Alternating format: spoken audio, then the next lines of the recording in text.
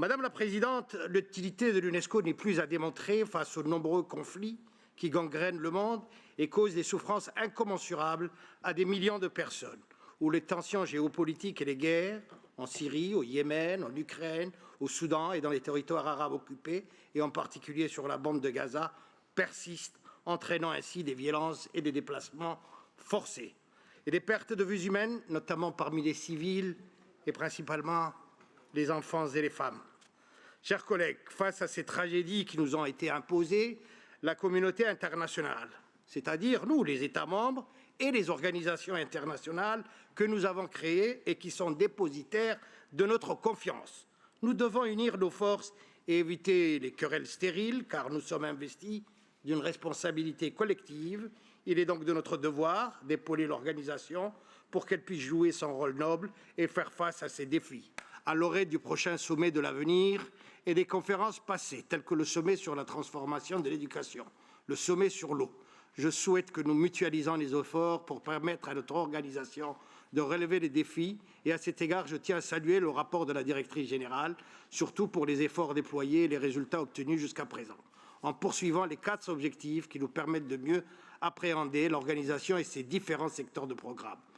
Excellences, Mesdames et Messieurs, à la veille des Olympiades de Paris, de ce qui aurait dû et pu être un moment de paix partagé dans le monde, la triste actualité nous ramène à la dure et amère réalité de ce qu'endure depuis 5 mois le peuple palestinien à Gaza et dans les territoires occupés.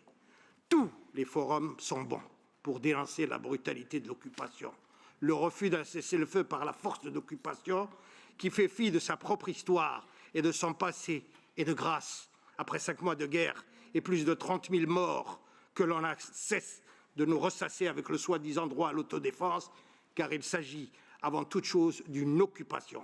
Et ce droit est plutôt le droit consacré de celui qui est occupé et non le contraire. Nous ne sommes pas à la tribune des Nations Unies, mais à l'UNESCO,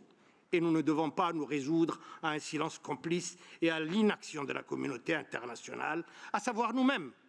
en égrenant le nombre d'enfants tués, le nombre de journalistes qu'on a fait taire à jamais, les écoles et les universités, les lieux culturels et cultuels détruits au vu et au su du monde entier, et une armée d'occupation qui fait subir au peuple palestinien la plus grande punition collective jamais égalée, à laquelle il faut ajouter maintenant